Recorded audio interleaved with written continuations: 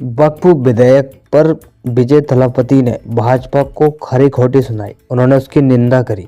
बता दें कि अभिनेता और तमिलनाडु बेत्री कगझम टीवी के प्रमुख विजय ने गुरुवार को आरोप लगाया कि लोकसभा में पारित वक्फ विधेयक लोकतांत्रिक है और उन्होंने मांग की कि इसे वापस लिए जाना चाहिए।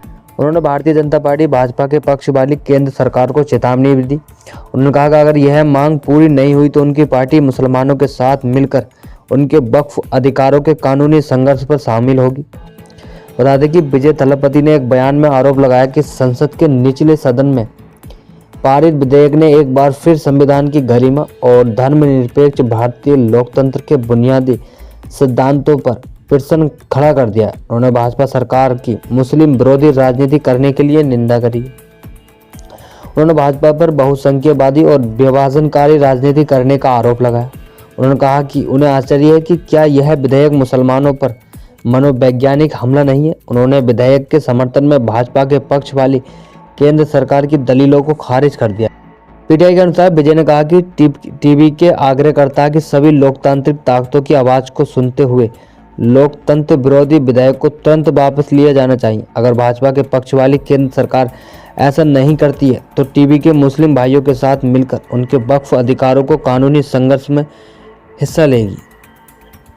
तमिलनाडु, केरल और कर्नाटक से वक्फ संशोधन विधेयक को वापस लेने की मांग करते हुए प्रस्ताव पारित किए हैं और टीवीके ने भी अपनी हालिया आम परिषद की बैठक में एक प्रस्ताव पारित कर मांग की है कि विधेयक को वापस लिया जाना चाहिए।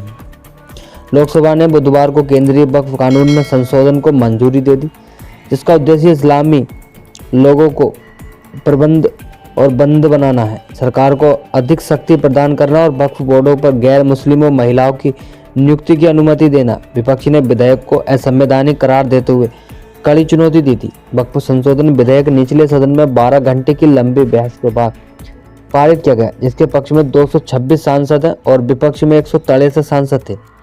यह विधेयक अब राज्यसभा में पेश किया जा चुका है, तो इस पर चर्चा हो रही है।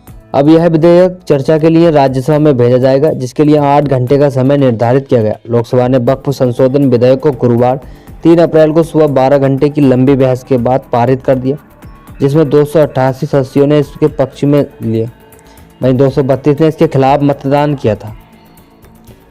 घंटों चली बहस में सत्तारूढ़ एनडीए ने इस विधेयक को अल्पसंख्यकों के लिए लाभकारी बताया, जबकि विपक्ष ने इसे मुस्लिम विरोधी बताया। विपक्षी सदस्यों द्वारा पेश किए गए सभी संशोधनों को ध्वनिमत से खारिज किए जाने के बाद विधेयक को पारित हो गया। बहस का जवाब देते हुए केंद्रीय अल्पसंख्यक मामलों के मंत्री किरेन रिजिजू ने कहा कि अल्पसंख्यकों के लिए दुनिया में भारत से अधिक सुरक्षित कोई स्थान नहीं है, और वे सुरक्षित इसलिए क्योंकि यहाँ का बहुसंख्यक पूरी तरह से धर्मनिरपेक्ष है, जो कि एकदम झूठ है।